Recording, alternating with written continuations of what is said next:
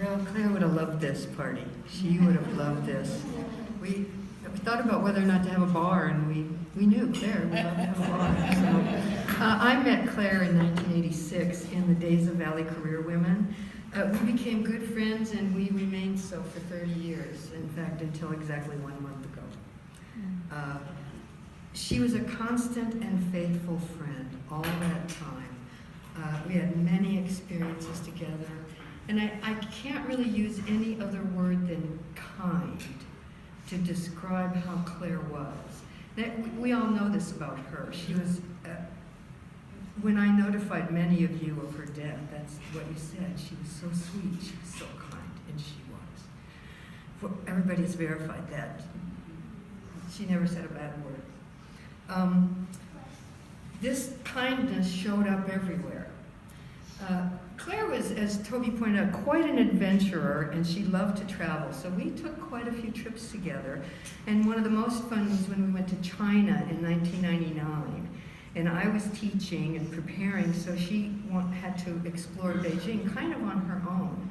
So she was off in the Summer Palace, and this Chinese graduate student approaches her and says, you know, I want to practice my English. Could we go together? Well, Claire was so kind, and she always wanted to help people, and so of course she said yeah. So I find this interesting, a complete stranger halfway across the world, absolutely, I'll help you. They spent the whole day touring together. She made a fast friend. I always thought she ought to be more cautious.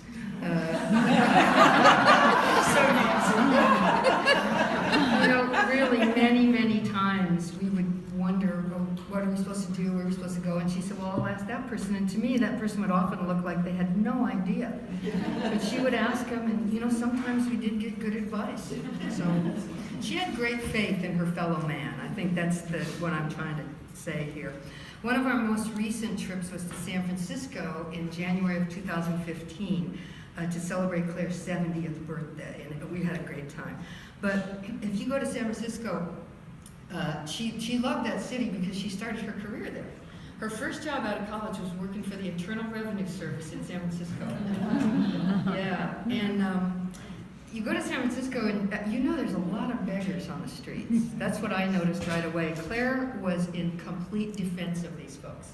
She said, but they're kind and they don't hassle you. So she was willing to extend her kindness to the very most unfortunate. She really had such a good heart. Another thing that Claire loved about San Francisco was Fleet Week. She was quite a patriot, and both Toby and her father were Navy flyers. And she was so proud of you. You probably don't know how often she talked about that. So she loved describing the air show and the Navy jets, and she was extremely proud of you and your father. She really was. The last big trip we took was out to Hawaii, and we specifically went to Oahu because we wanted to go see the Pearl Harbor Memorial, and even though it was raining hard that day, we went anyway.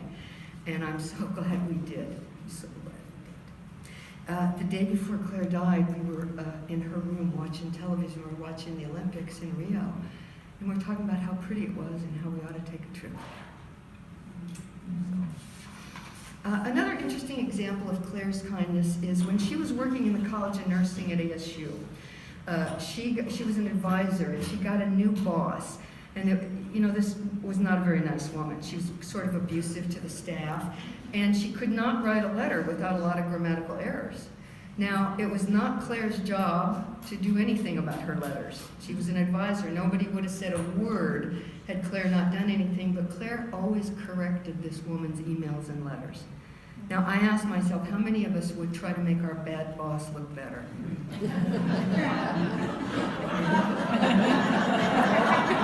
She did. She did. I would really admire that so much. Claire was very smart, and she was very politically well informed. I was just at a big fundraiser on Friday thinking, boy, Claire would love this. And she was a very pro-human rights, and she was a strong Democrat.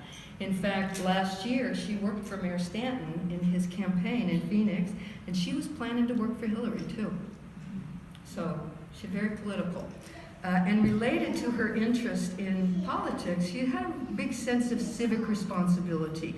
And she always served a term on her homeowner board, and we know that is completely thankless activity.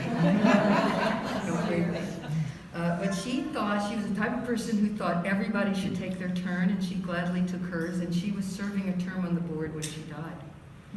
So amazing. She was also a faithful supporter of Equality Arizona.